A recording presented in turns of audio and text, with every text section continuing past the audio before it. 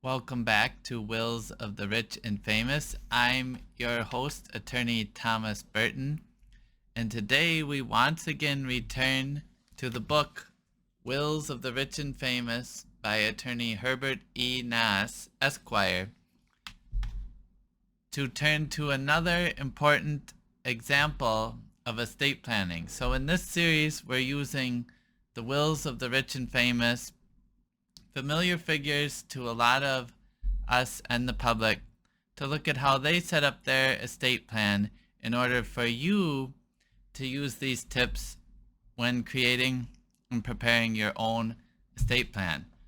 So today we're looking at the will of Jacqueline Kennedy Onassis, the surviving wife of President John F. Kennedy. And I'll read you a bit of excerpts from the book, and then we'll discuss the key takeaways. It says, the lengthy and sophisticated will of Jacqueline Kennedy Onassis reveals what a sensitive, generous, and thoughtful person she was. Jackie's will, which was signed less than 2 months before she died, includes numerous detailed bequests, such as the following gifts of tangible personal property to people very important to her. Now, as a reminder, tangible personal property is all those items you possess which don't contain a title. So it's things around the house, like your artwork, your rugs, your furniture, jewelry. And you can imagine in Jacqueline Kennedy Onassis' case, she was well known for her style. So a lot of this items of tangible personal property did have significant value. For example, to my friend Maurice Templesman, my Greek alabaster head of a woman. To my friend Rachel Bunny Mellon, in appreciation of her designing the rose garden in the White House, my Indian miniature lovers watching rain clouds, Kangra, about 1780. And my large Indian miniature with giltwood frame, Gardens of the Palace of Raj. A panoramic view of a pink-walled garden blooming with orange flowers. So that's just an example. She's giving artwork to friends. And to my friend, attorney and co-executor Alexander D. Forger, my copy of John F. Kennedy's inaugural address signed by Robert Frost. So wow, what a bequest to her friend, attorney, and executor, that inaugural address signed by the famous poet Robert Frost. After these very specific bequests, Jackie provided that the balance of her tangible personal property, including my collection of letters, papers, and documents, my personal effects, my furniture, furnishings, rugs, pictures, books, silver, plate, linen, china, glassware, objects of art, wearing apparel, jewelry, automobiles, and their accessories, and all other household goods owned by me, were to pass in equal shares to her children, Caroline and John. The author says, it is noteworthy that Jackie's will also contained a legal mechanism whereby the children could renounce and disclaim their respective interests in the tangible personal property within 9 months of their mother's death. So here's an important illustration of a disclaimer provision in a will, meaning someone is left a gift, an inheritance, but they could choose to disclaim it, saying, I am not going to accept the gift. And this is established under federal tax law and under state law.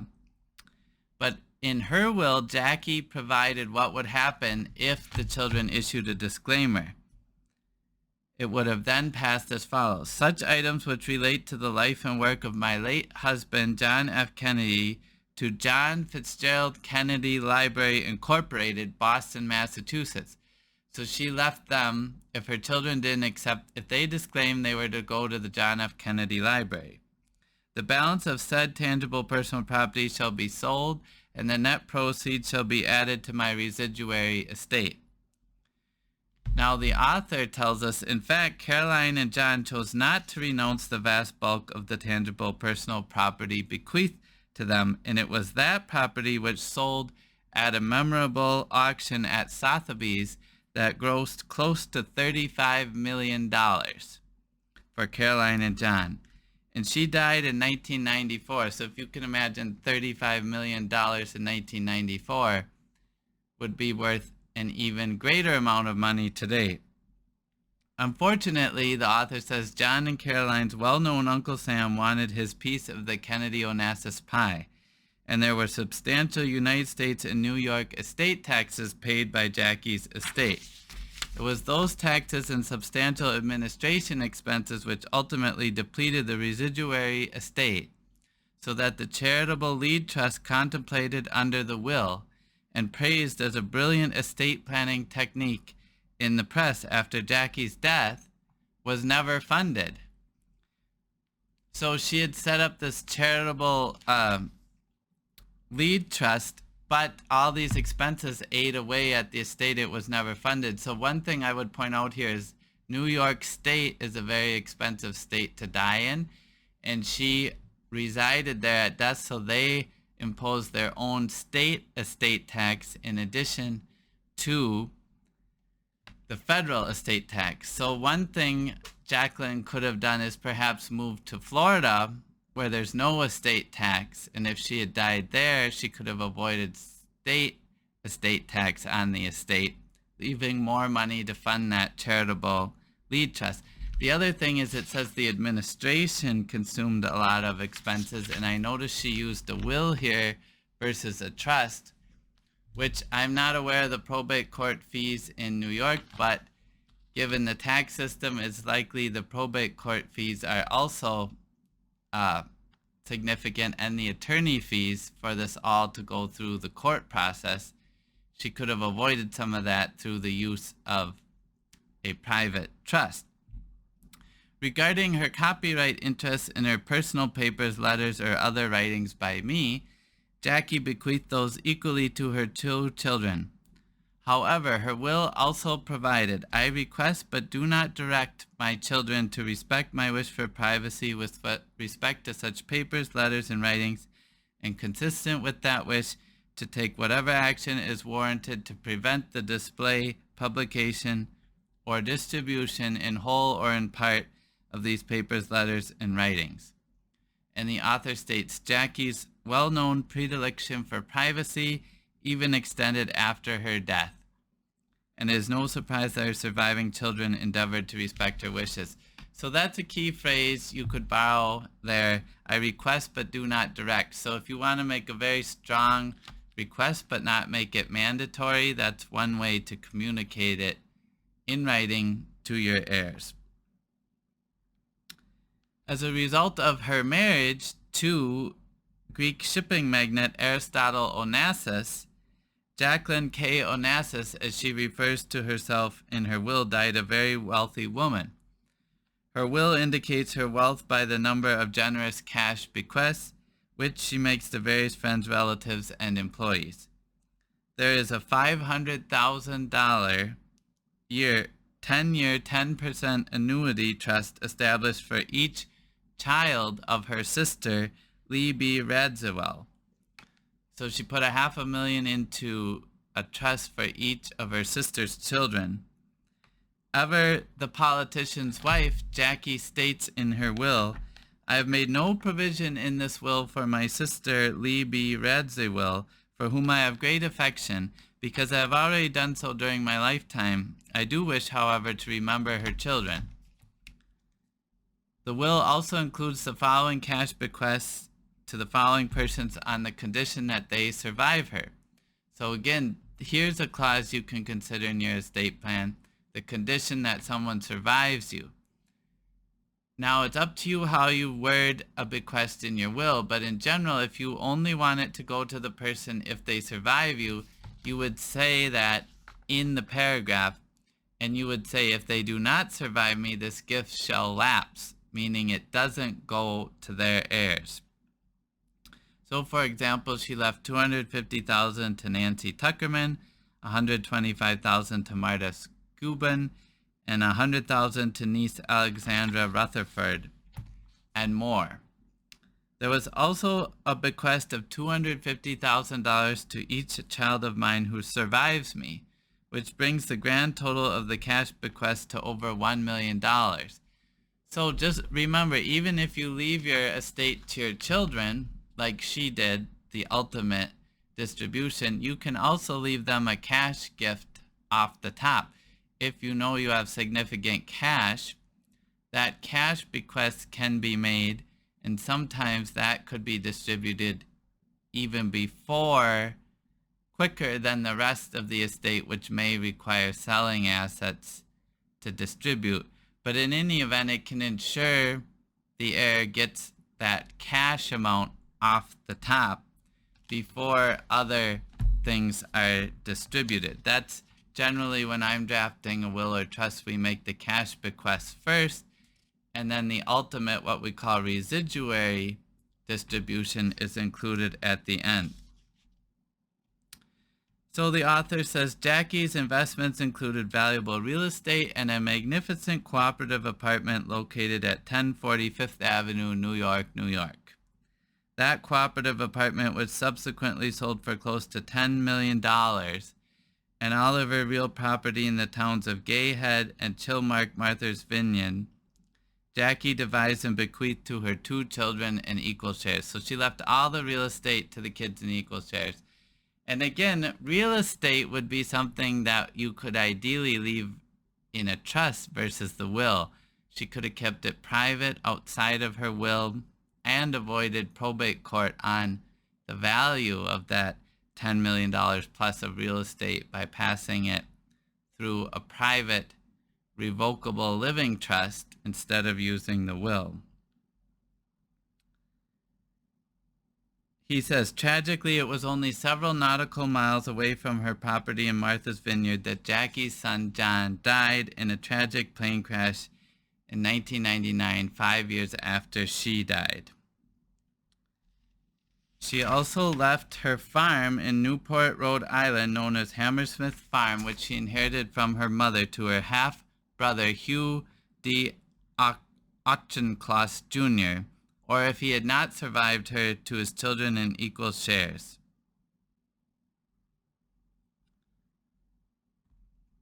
Although her will does not refer to the name Kennedy in her own name, opting for the initial K instead, there are numerous references to her late husband, who died over 30 years before she did. For example, her will states, under the will of my late husband, John Fitzgerald Kennedy, a marital deduction trust was created for my benefit, over which I was accorded a general power of appointment. I hereby exercise such power of appointment and direct that upon my death, all property subject to such power shall be transferred, conveyed, and paid to my descendants who survive me per stirpes. So the Kennedy family itself was very well off. And John Fitzgerald Kennedy had several trusts, some of which were set up by his father. And he set up this trust for his wife called a marital deduction trust. And the Kennedys are well known to have made use of trusts to avoid and minimize estate taxes upon death.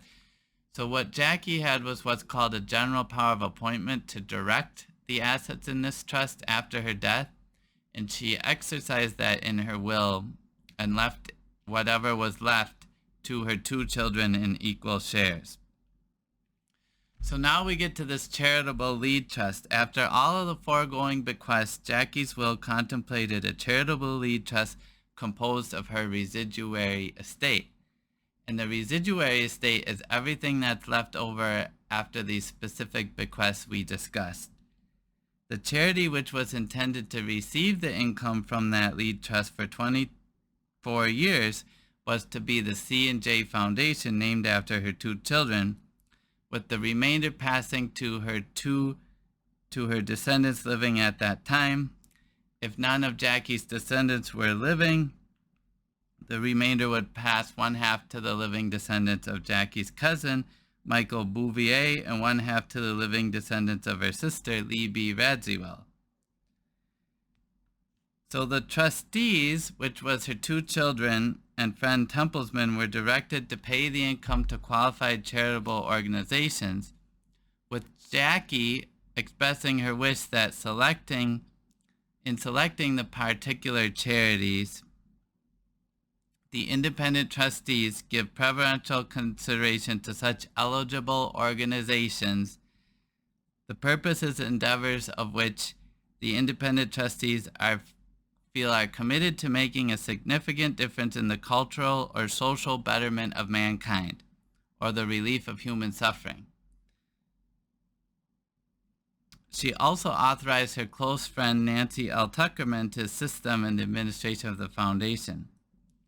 But as the author states, unfortunately, the best laid charitable plans went astray in this case, as there was no residuary estate remaining after taxes and expenses to fund that charitable trust. So remember, Jackie left that money, the personal property, to her children, and they sold it for $35 million and divided it amongst them. And then the real estate was left directly to the children, which is also a significant amount. So the residuary clause was to fund this residuary estate, and there was ultimately nothing left after expenses and administration. So one last lesson from Jackie's will we can learn here is choosing your executor, the person in charge of administering your estate after you're gone, what we call the personal representative in Wisconsin. Jackie's choice of executors is noteworthy, despite the fact that each of her children, John and Caroline, were attorneys and quite close to their mother. She did not name either one as an executor of her will. Instead, she named her attorney, Alexander D. Forger, and boyfriend, Maurice Templesman, as executors. Perhaps she felt that her children would be too grief-stricken to properly fulfill the numerous obligations of an executor of the will. So this is an important reminder that just because you're leaving someone something as an heir in the will does not mean you have to name that person as the executor or the person in charge of the estate. You can name an independent third party, like Jackie did with her attorney and friend, or you could name someone like a trust company where they have people on staff to administer estates for a fee after you're gone.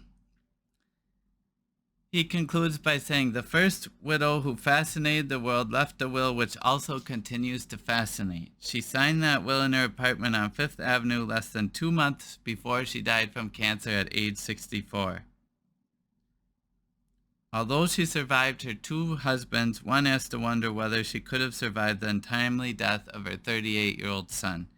John died with his wife and sister-in-law while piloting his own plane in a tragic nosedive into the ocean, short of his mother's former property on the island of Martha's Vineyard off the coast of Massachusetts, where the Kennedy family had already made so many big splashes. The will was dated March 22, 1994, and signed at 1040 Fifth Avenue, New York, New York. And that, my friends, is the will of Jacqueline Kennedy Onassis. As you went through this episode with me today, you see there's several very interesting examples from her will that you can think about and implement where appropriate in your own estate plan, along with the advice and counsel of your estate planning attorney. So thank you for tuning in to this episode of Wills of the Rich and Famous. If this episode has been helpful to you, please consider giving it a like so that others can see and benefit from this information as well. Thanks for tuning in, and we'll see you next time.